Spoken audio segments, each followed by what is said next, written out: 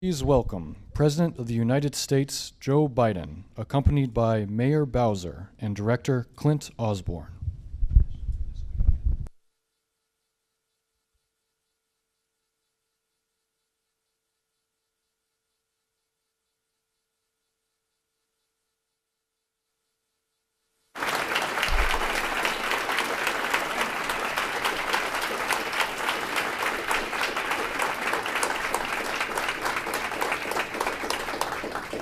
Well, good afternoon, everyone. We are honored to welcome President Joseph Biden to the district's Emergency Operations Center. We call it the EOC. We just came from a briefing with the president and members of his cabinet on extreme weather. And I want to recognize and thank Secretary Mayorkas, who has been with us here at the EOC when we opened it in 2023. This state-of-the-art facility was built with the president's help with a $7.5 million grant from DHS. I want to thank all of the members of the EOC team that you see behind us, Mr. President. They work daily with partners across the district to keep us safe. We have activated this EOC more than 24 times since opening last year. I've had to declare 34 heat emergencies. And as we know and we've been briefed on today, they're happening earlier and lasting longer. In the middle of a heat emergency, for example, last year, this EOC responded to Canadian wildfires and the impacts of those fires on our city. A month later, we activated again when we had a short but devastating storm in a part of DC. And we're seeing more and more of the heat. The heat is more extreme. The rain is more severe. And in the winter, we're also seeing swings of one extreme to the other. We are proud, Mr. President, to work with you, and because of your bipartisan infrastructure law, DC will receive over $3.5 billion to upgrade our infrastructure so that our city is more resilient.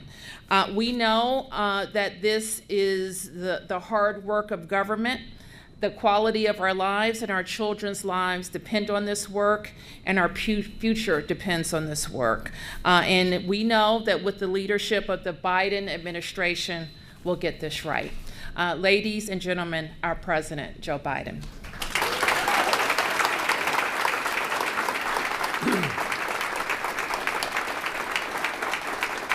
Good afternoon.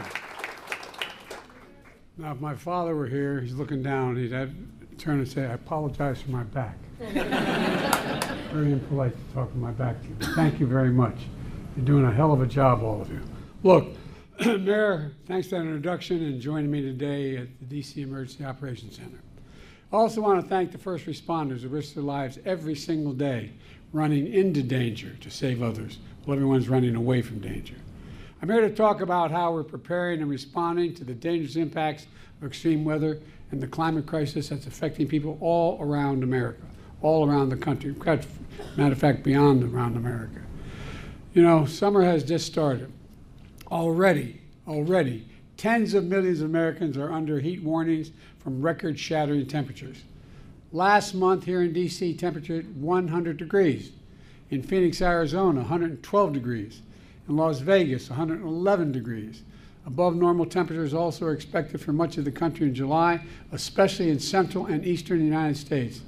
Extreme heat, this is, I think, going to surprise a lot of people, not you all, but extreme heat is the #1 weather-related killer in the United States. More people die from extreme heat than floods, hurricanes, and tornadoes combined. Say that again, combined. More people die from heat than those 3 other major issues. And look, right now we're also tracking Hurricane Beryl, which is passing through the Caribbean. It's the earliest time ever a dangerous Category 5 hurricane has been recorded in American history. People impacted islands and communities are in our prayers, and we stand by to provide assistance to them. Look, extreme weather events drive home a point that I've been saying for so long. Ignoring climate change is deadly and dangerous and irresponsible. These climate-fueled extreme weather events don't just affect people's lives, they also cost money, they hurt the economy, and they have a significant negative psychological effect on people. Last year, the largest weather-related disasters cost over, get this, $90 billion in damages in America. $90 billion in damages. That's the cost so far, last year. They drove nearly 2.5 million people out of their homes, from Hawaii to Vermont. These events also pose serious threats to our nation's transportation system, to our power grid, farms, fisheries, and forests. In each case, costing lives and costing money. And the impacts we're seeing are only going to get worse, get more frequent, more ferocious, hitting our most vulnerable people in the most hardest hit communities in the world. Look, you know, we can change all that. It's within our power. That's why today I'm announcing 5 new actions my administration is taking to address extreme weather, including heat and other hazards.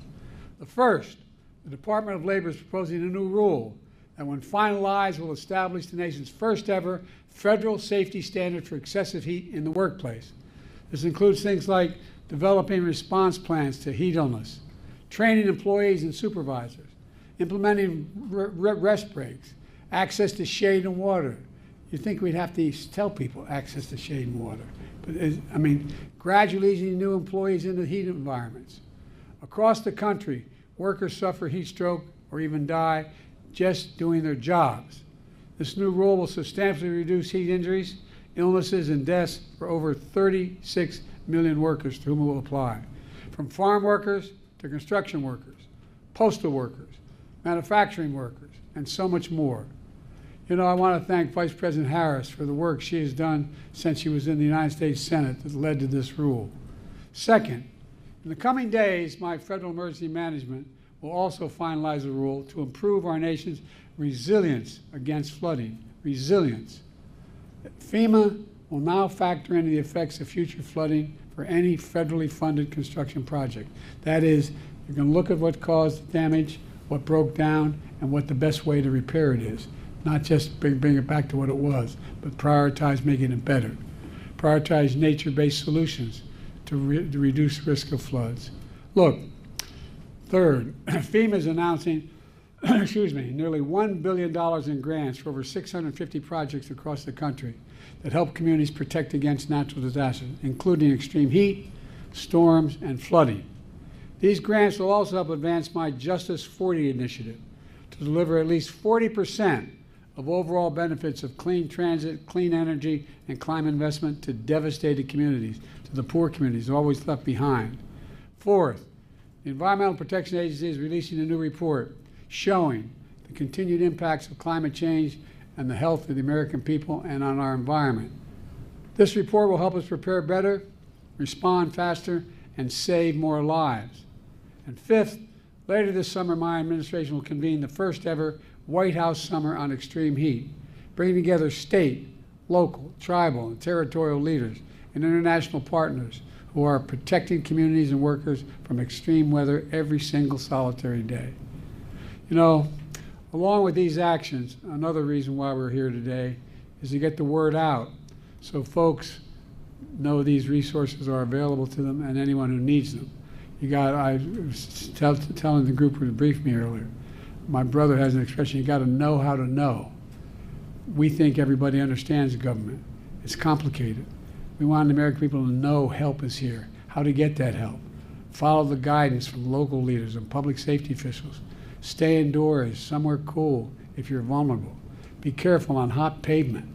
Know the signs of heat stroke like headache, nausea, and dizziness. And always have water with you whenever you're outside this summer. Today's announcements build on historic action my administration has already taken to address extreme heat events. We launched a new website, heat.gov. Let me say it again, heat.gov, that shares life-saving information and links a new heat risk tool to help communities forecast extreme heat. Just enter your zip code and see the heat forecast not only generally, but in your community where you're living. We'll get back to exactly what the heat forecast for your neighborhood is. My Department of Labor also created the first ever national program to protect workers from heat stress. We've invested billions to enhance our power grid expand energy shortages so that lights, air conditioning, refrigeration, internet stay on during heat waves, storms, and other climate changes. It's building back a different way. All told, we've invested a record more than $50 billion for climate resilience, including against extreme heat and wildfires. But that's not all. My American Rescue Plan is helping states and cities promote energy efficiency, reduce the impacts from flooding, and open cooling centers. People have to know where to go, where they can go in their neighborhood. They don't, it's just not automatic. Through the bipartisan infrastructure law, we're delivering over $20 billion to lower your energy costs, upgrading the electric grid to withstand stronger heat waves and storms. And my Inflation Reduction Act, the most significant climate investment ever in the history of the world, anywhere in the world, has already created 300,000 new jobs, building clean energy we need to cut our emissions and to lead the world. Unfortunately, my predecessor and the MAGA Republicans in Congress are trying to undo all this progress. They still deny climate change even exists. They deny climate change even exists. They must be living in a hole somewhere at the expense of health and safety of their own constituents. They deny it exists. Every single congressional Republican voted against the investments which created these jobs and combat climate change. Many of them are trying to repeal those climate provisions and kill those jobs. I quite frankly think it's not only outrageous, it's really stupid. Everyone who willfully denies the impacts of climate change is condemning the American people to a dangerous future, and either is really, really dumb or has some other motive of that. How can you deny there's climate change, for God's sake? Let me close with this. When disaster strikes, there are no red states or blue states. I've demonstrated that. I said no matter whether you vote for him or not, everyone's going to get treated fairly. They're just communities, not red communities, blue communities. They're just communities. Families looking for help. And my administration is going to be there for you every step of the way. We just have to remember who we are, for God's sake. We're the United States of America. The United States of America, there's nothing beyond our capacity if we work together. So God bless you all. We're just getting started here, man. I'm confident we're going to get this done. Now I want to turn it over to Clint Osborne, Director of the Acting Director of D.C. Homeland Security and Emergency Management Agency, to tell you what his team's incredible work is doing on the front lines for extreme weather events. Where are you, pal? Right here. Right behind you. Well done. By the way, this guy does everything. I get in the elevator, he's operating the elevator. I tell you, that's what they call full service, man. Full service white glove emergency management. Thank you, man. Yes, sir.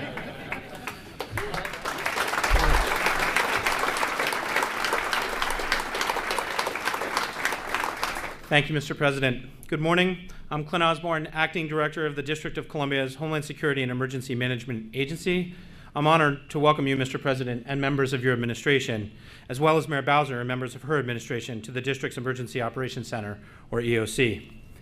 Here at HCEMA, we have more than 120 staff members who work every day to ensure the health and safety of our district residents, businesses, and visitors. You'll also see around us partners, hundreds of partners that we have at the state and local and federal level who come to this center to make sure everything works during emergencies. During an emergency or disaster, our team also works to disseminate timely life safety information to help residents make informed decisions for themselves and their families. And I think you've given us new guidance to make it clear, crisp, and to meet people where they are. We've activated, as Mayor Bowser said, our EOC more than 25 times in the last 2 years for emergencies ranging from heat waves and hurricanes to hazardous air quality incidents because of wildfires. Without the support of dozens of district and federal partners, we wouldn't be able to accomplish our mission and serve our community. I'd like to take this opportunity, Mr. President, to introduce you to just a few of the folks who make up the district EOC team.